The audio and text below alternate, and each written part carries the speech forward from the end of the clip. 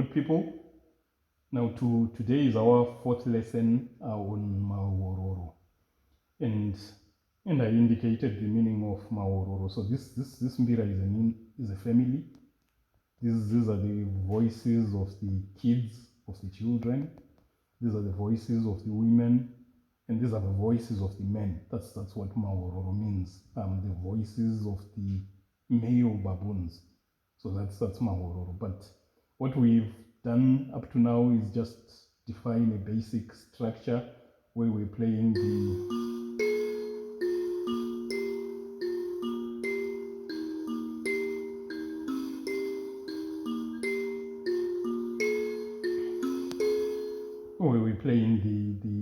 left upper notes. Now, so for this lesson, what we want to do is maybe define 3 ways of playing the notes that include these Mahororo keys, the bass notes. Now there are many variations that can be done on this left side, and so by choosing 3, it is just a way of introducing you to the notes that would play on the left side. So what I want to start with is a part that is important. So when people play Mahororo and you want people to stand up and dance and you are playing it at the right tempo, that is relatively fast and loud, this is the part that you would start with, and that's why I want to start with it. So the 6 notes for the first phrase are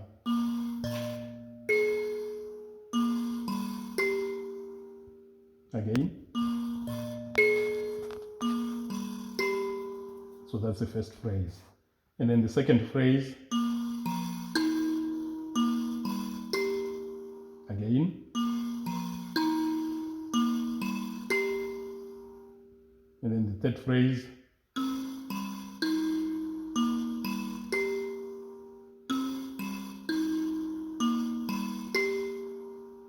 and then the last phrase.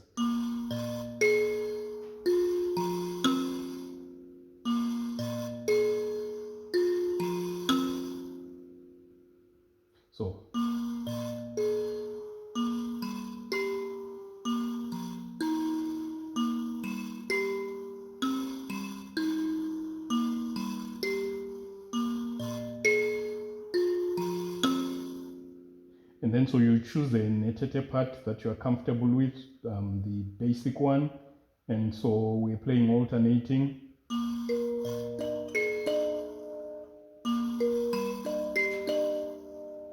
That's the first phrase. Again.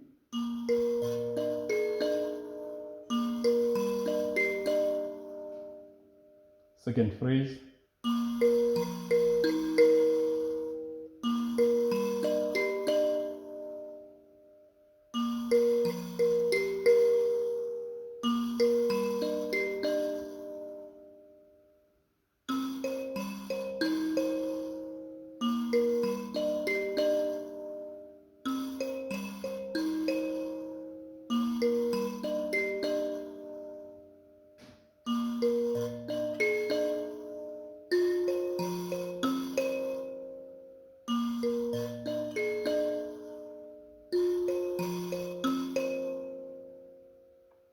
So if I do the complete cycle with gaps,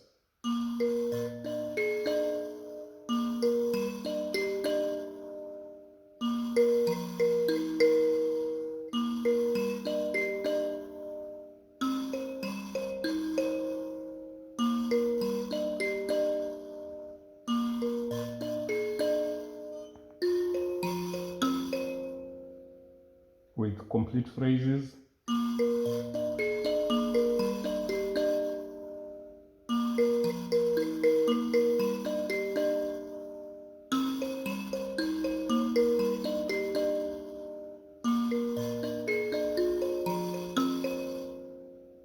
and then without gaps.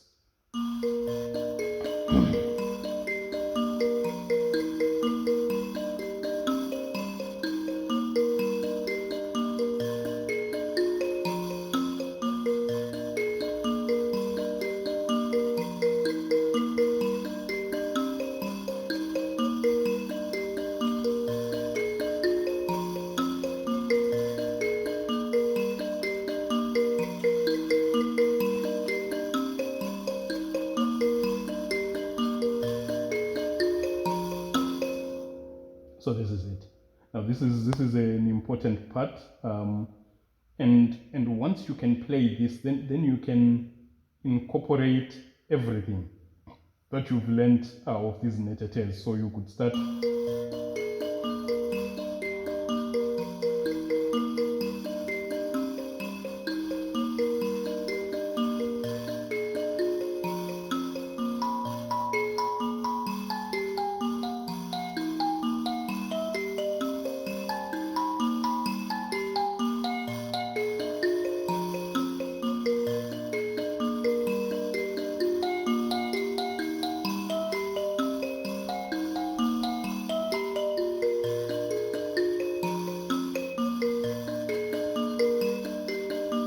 then a little faster.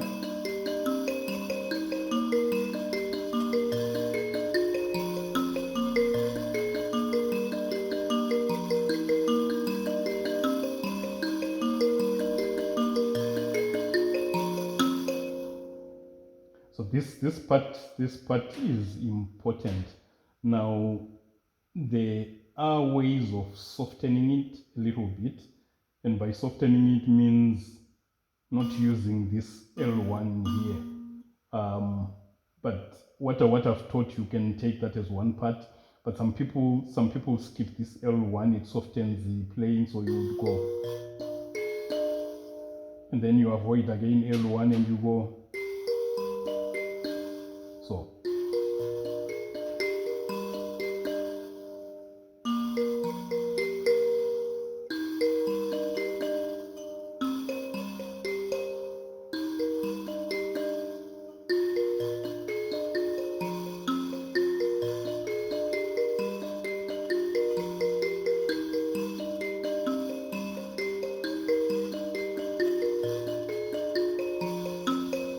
So you can take this as a softer or less imposing variation, because this L1 is loud and takes over. You know, it's called the benzi key, or mbengo, meaning the crazy one, the mad one.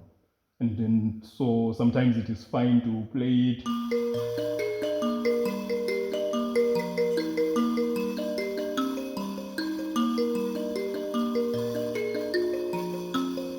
But you can choose certain times where you skip it, and then it is a softer part.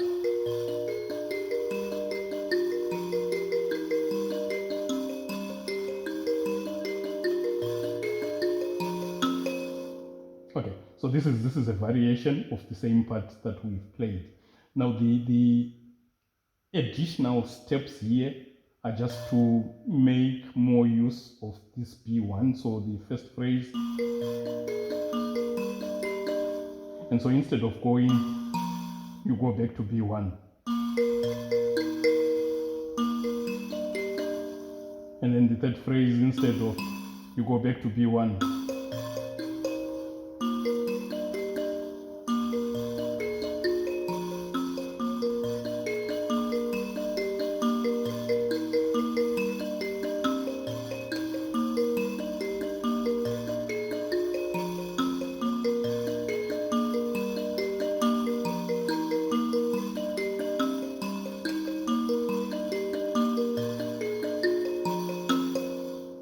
So it is for the second and the third phrases to use this B1 key. So this we can call one part. Everything that we've done we can call one part. The second part is a simple one. It is a way to now use this B2 key, and what we do is so this is the first part of the first phrase, and then it comes to, so instead of using this, we are coming to this key. So this is the first phrase, and then the second phrase, and then instead of going to L1 here, so third phrase, last phrase,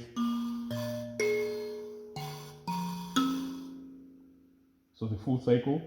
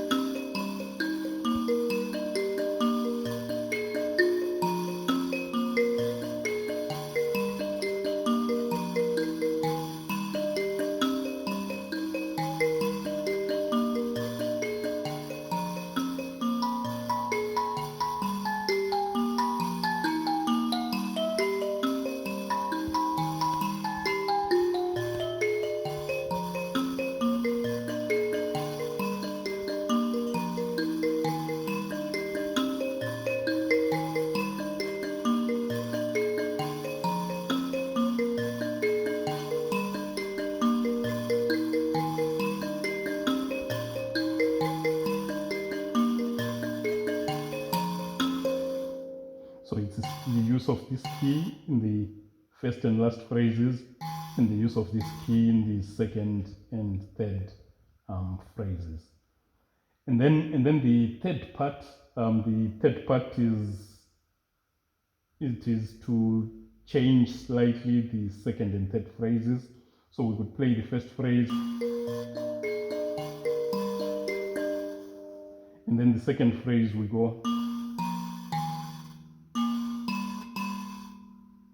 Now this part you could, instead of hearing it as halves, you could hear it similar to Karigamon. There's 2, 2, 2, 2 notes, 2 notes, 2 notes. So this is the second phrase. This is the first phrase. The second phrase.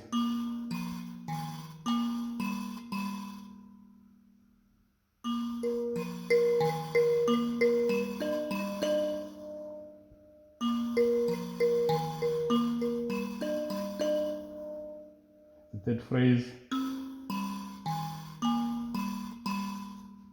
Again.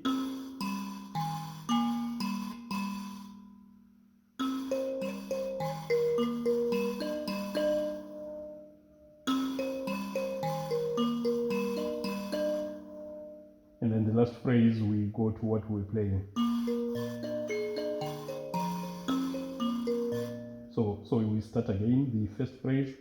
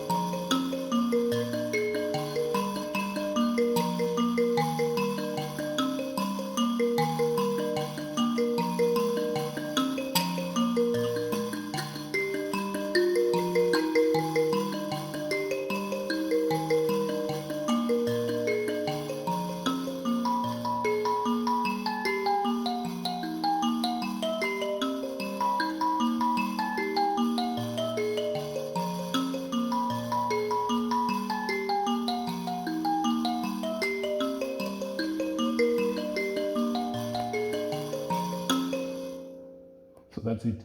So we've got a basic part that mixes the top notes and the bottom notes.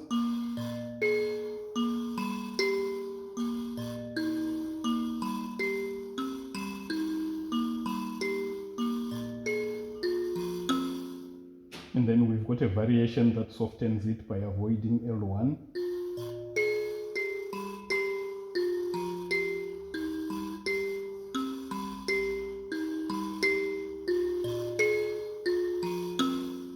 And then in the second and third phrases, we can use B1.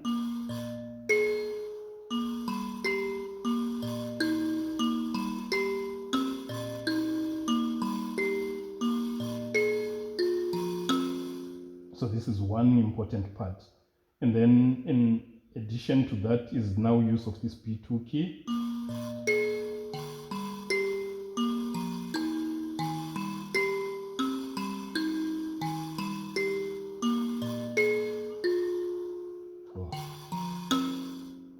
And then the last part in the second and third phrases.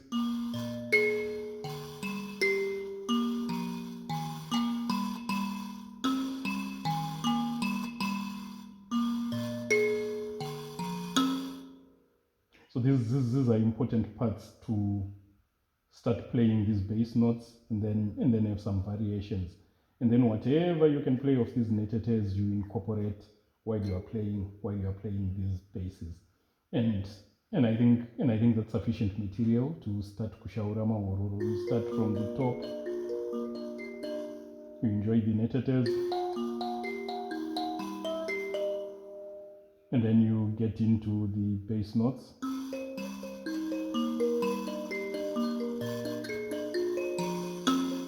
We add more bass.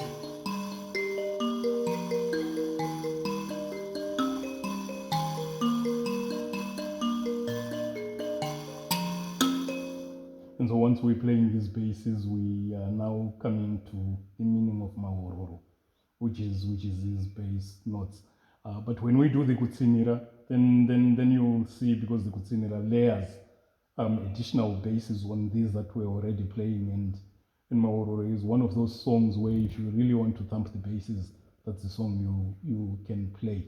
Now, of course, there are other songs that utilize the basses, but Mahororo, that's the meaning of the song, that's the meaning of this bass register here. And for now, we end here. Thank you.